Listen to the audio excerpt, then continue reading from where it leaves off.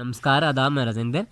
Students, हमने गज़लें जो थी 4 सिलेबस में गज़लें थी हमारे, वो हमने पढ़ ली थी अच्छे से। आज हम पहली गज़ल जो हमारे सिलेबस में थी वो थी हमारी मीर तकी मीर साहब की। उनकी गज़ल नंबर हमने 1 और गज़ल नंबर हमने की थी 2। ये हमने तशरीह अच्छे से पढ़ ली थी। आज हम पढ़ने जा रहे हैं मीर तकी मीर साहब की हालात ज़िंदगी, कि उनकी हालात ज़िंदगी के बारे में, उनकी ज़िंदगी के बारे में पढ़ेंगे। कहाँ पैदा हुए वो, कब पैदा हुए थे, और क्या तखल्लुस नाम वगैरह उनका क्या था, ये सारा आज डिटेल में हम पढ़ेंगे। ठीक है, तो चलिए शुरू करते हैं। मैंने पहले आपको जैसे कहानियाँ जो हमने पढ़ी चैप्टर उनके भी करवाई हालात ज़िंदगी, और आज इसकी करेंगे। तो स्टूडेंट्स चलिए शुरू करते हैं।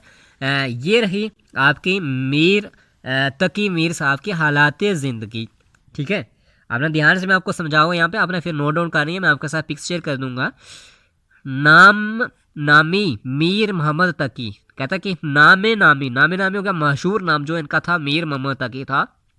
और मीर इनका तखल्लस करते थे, ये मीर तखल्लस करते थे। तखल्लस मतलब मीर ये था, यानी मीर तखल्लस क्या हो गया, मशहूर सरनेम जिससे ये मशहूर होता है इनके इंसान, मीर ये तखल्लस करते थे। ठीक है, यानी छोटा नाम जो। आपके वालिद का नाम मीर अली मतकी था।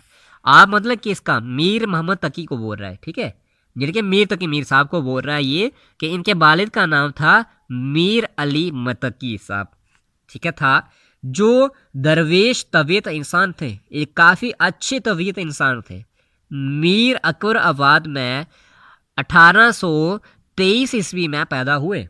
ये 1823 ईस्वी में, सॉरी 1723 ईस्वी में पैदा हुए। ये 1723 है, 1723 ईस्वी में पैदा होते हैं ये। आपके बुजुर्ग हजाज से दक्कन आए, तो इनके बुजुर्ग जो थे वो दक्कन से आए और होते हुए अकबर आबाद में सुकून पजीर हुए। और दक्कन से आए और चलते चलते कहाँ पे पहुँच जाते हैं, अकबराबाद में। सुकून मतलब वहाँ पे ये अपना रहना सहना शुरू कर देते हैं। आप अभी सिर्फ 10 वर्ष के थे कि वालिद का साया सिर से उठ गया। तो मीर तकी साहब अभी सिर्फ 10 साल के थे कि इनके वालिद साहब का साया सिर से उठ जाता है, इनकी वालिद साहब की, यानी कि इनके फादर साहब की डेथ हो जाती है। सौतेले भाइयों की बदसलूकी से तंग आकर आप आगरा से अपने मामू सराज अलदीन खान आरजू, जो कि उर्दू के बड़े शायर थे, उनके पास दिल्ली चले आए।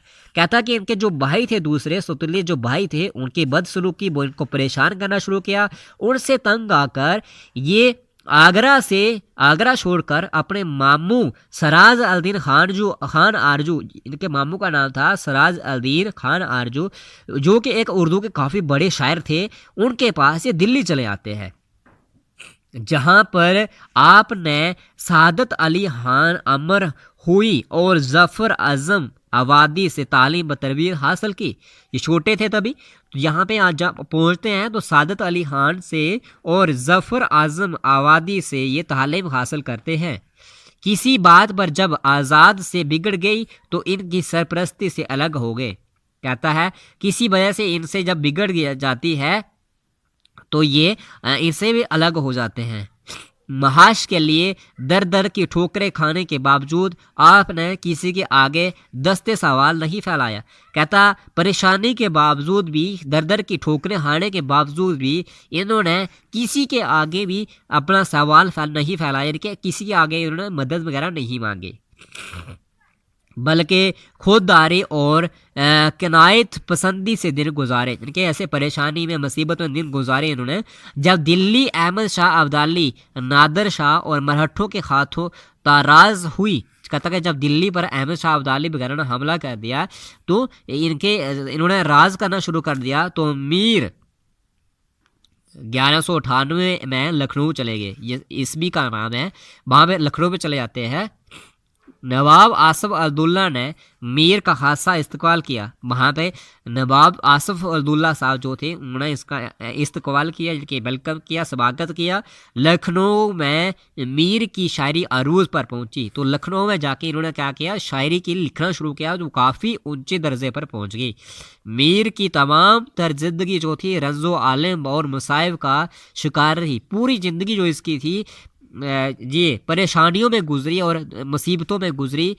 1810 ईस्वी में लखनऊ में इंतकाल फरमाया और 1723 ईस्वी में इनका जन्म होता है और 1810 ईस्वी में फिर लखनऊ में इनका इंतकाल हो जाता है। तो स्टूडेंट ये छोटी सी हमारी हालात ज़िंदगी थी। इसके साथ हम एक और पढ़ेंगे आज।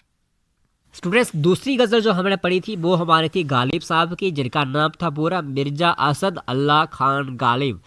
इनकी हालात ज़िंदगी आज हम फिर से करेंगे, दोबारा पढ़ेंगे, क्योंकि आपको ये पेपर में आता है। जैसे मैंने आपको पीछे पहले चैप्टर पढ़ाए थे, जो दास्तान अफसाने वगैरह पढ़ाए थे, उनकी हालात ज़िंदगी करवाई थी, वो भी आपको आता है पेपर में और ये भी आपको आएगा। तो हमने जितनी भी गज़लें चार की हैं, हम चारों के हालात ज़िंदगी शायरों के कर लेंगे। तो पहले हमने पढ़ी मीर मोहम्मद तकी साहब की, आज हम पढ़ने जा रहे हैं, अभी पढ़ेंगे मिर्ज़ा असद अल्लाह खान गालिब, जिनका गालिब का तखल्लुस था। ठीक है, तो स्टूडेंट्स ये रखी मिर्ज़ा गालिब साहब की हालात ज़िंदगी। हम पढ़ेंगे यहाँ से हालात ज़िंदगी। आपने ऐसे हेडिंग देना है, टाइटल देना है, इसको फिर लिखना है। असद अल्लाह खान नाम था। नाम क्या था इनका? असद अल्लाह खान नाम। पहले असद तखल्लुस करते थे, यानी कि ये शार्ट नेम जो लिखने पढ़ने में शार्ट में लिखते थे, वो पहले असद लिखते थे, असद तखल्लुस करते थे, लेकिन बाद में बदल कर गालिब कर दिया। तो बाद में इन्होंने बदल कर क्या लिखा? गालिब लिखना शुरू कर दिया। इनके वालिद का नाम अब्द अल्लाह बे खान था। तो मिर्ज़ा असद अल्लाह खान गालिब साहब जिनकी छाड़ में जिनको मिर्ज़ा गालिब कहते हैं हम, इनके बाप का नाम क्या था, वालिद का नाम क्या था? अब्द अल्लाह वे खान था। वो मुगलिया फ़ौज में मुलाजिम थे, जो मुगलिया फ़ौज थी, ठीक है, उनमें मुलाजिम थे। 1808 ईस्वी में लड़ाई में मारे गए। 1808 में जो लड़ाई हुई उसमें वो मारे गए।